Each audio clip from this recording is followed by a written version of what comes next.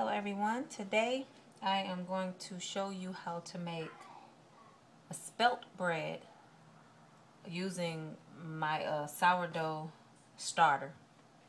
I had this request from one of the sisters on my channel that subscribed to me, and she wanted to know how it tastes and how did the recipe go. So I just wanted to show.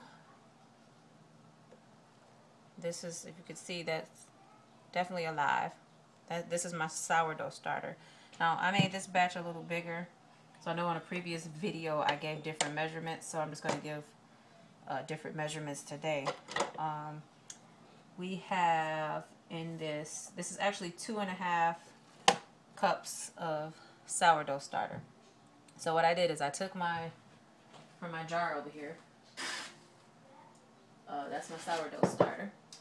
And I took 1.5 cups of sourdough starter, and then I fed it with another cup of flour and another cup of purified water, and so that gave me my 2.5 cups of starter.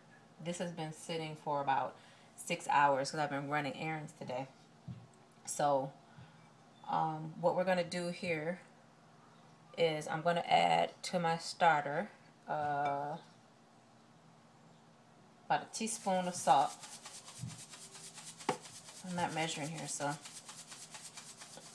I do this every day, so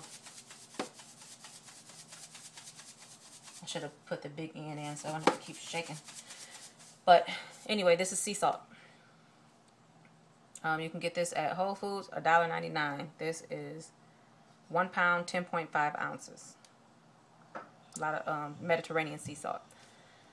Okay, and you can add any kind of sweetener.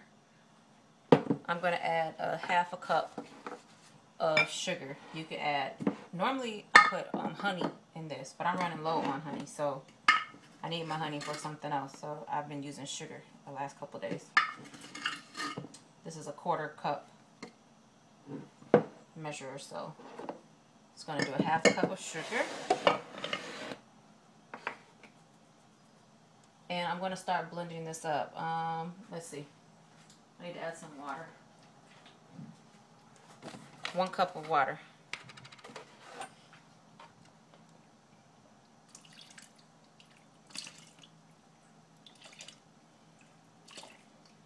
This is a 1/4 cup measure, so that's why I put 4 times. That was only 1 cup. Okay, the reason why I added a sweetener to it, because I'm not making sourdough bread. I'm just trying to make a traditional bread. You're going to taste a little bit of difference, but not very overwhelming how a sourdough bread could be. So it's going to be some noise for a minute. I'm just going to start mixing this around just to get the sugar and the salt blended in.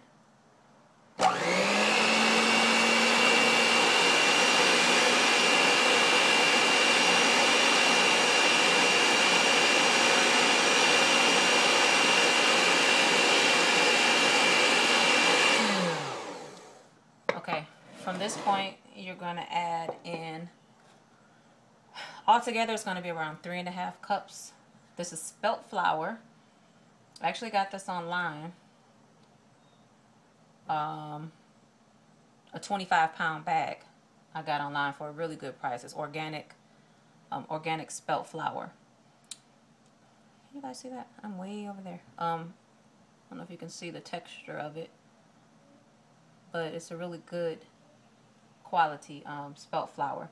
So I'm going to turn the blender back on, and I need 3.5 cups of this spelt flour to my bowl, but I'm going to add it slowly at a time. So for about a minute it's going to be loud.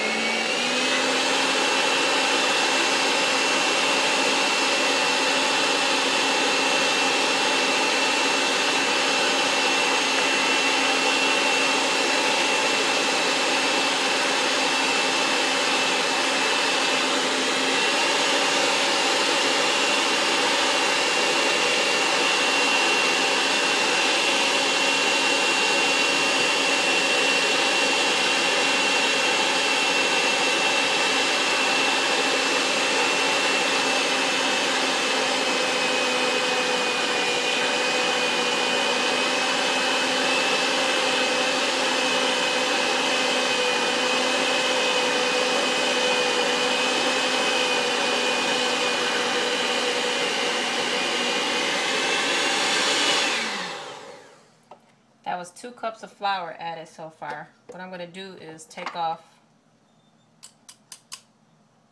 these blender hooks, and I'm going to add on my dough hooks, because if I don't do this, my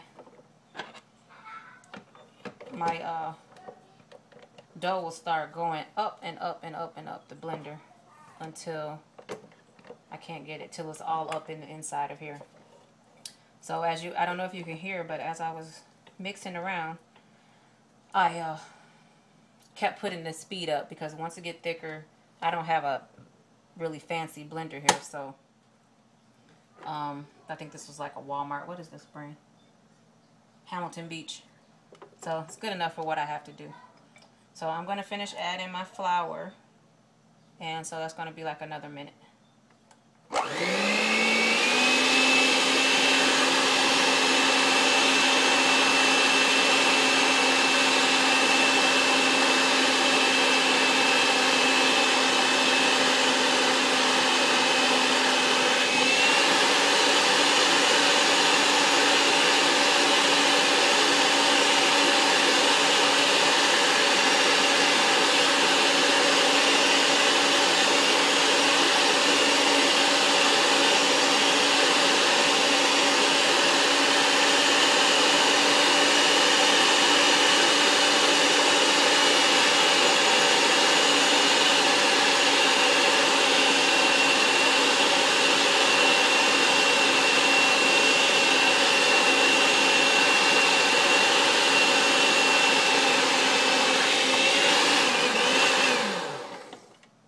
Isn't that something?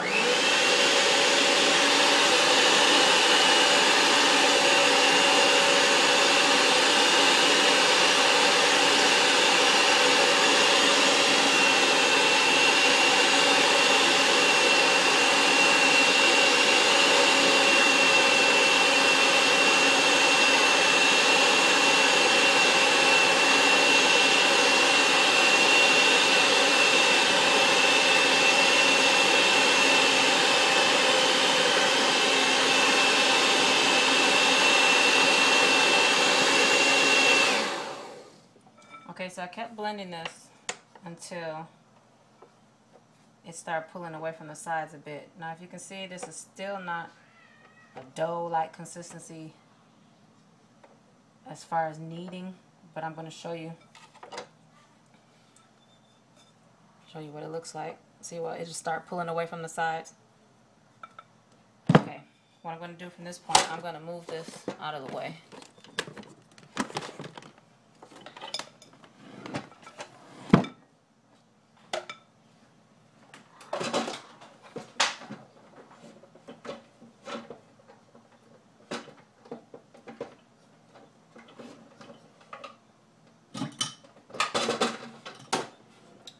Okay.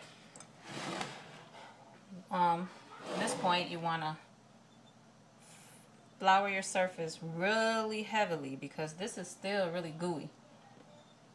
So you want to get a real good area floured, and you want to have your little flour handy on the side.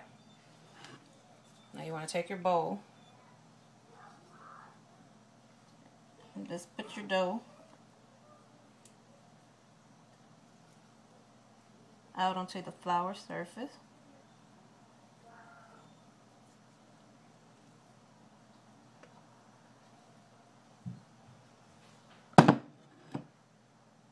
Okay, you can see it's really sticky.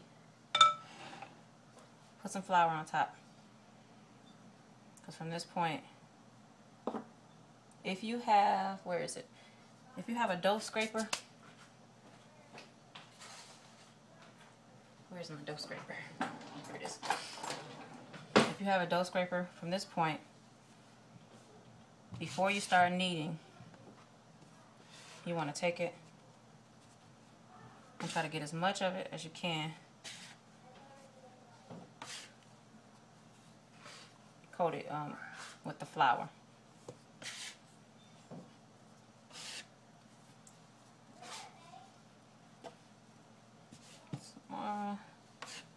Now you can see it's starting to get that doughy consistency. And that's pretty much the gist of it. From this point, I'm pretty sure you know what to do as far as kneading, kneading your dough. Now you can see it's not as sticky. So you're just going to keep adding your flour. You're going to knead your dough. Now this here I can put into 2 loaf pans. So if this was regular white flour, I could probably get 3 loaves from out of here, because with the white flour, the unbleached flour, it'll rise up out of this thing. So from this pan, I can, with the spelt flour, I can get 2 nice sized loaves from out of there. So I'm going to knead this for probably another 10-15 minutes, and I'm going to spray my pan with some oil, or you can rub it in with some olive oil, whatever you choose. Then you're going to set your oven to, no, I'm sorry, you're going to let it rise. Let it rise. Depending on how good your sourdough starter is, you can let this rise from anywhere from 3 hours to overnight. It just depends. When I first started the recipe, my sourdough starter wasn't as strong, and it was taking like anywhere from 6 to 9 hours to rise. But now it'll rise within like 3 hours. So it depends on what you've done with your sourdough starter. So that's pretty much the gist of it. I hope this helps you. This is to my sister, the Blessed Orchid. You can kind of tweak it a little bit as far as adding what kind of sweetener or how much sweetener you want to it. If you like a more sweeter dough, then feel free to add more sweetener to it. But I like it. The kids like it. I did a video of my 3-year-old trying the almond cheese on some of this bread, and he really liked it. So check out that video when you get a chance. Okay, thanks for watching.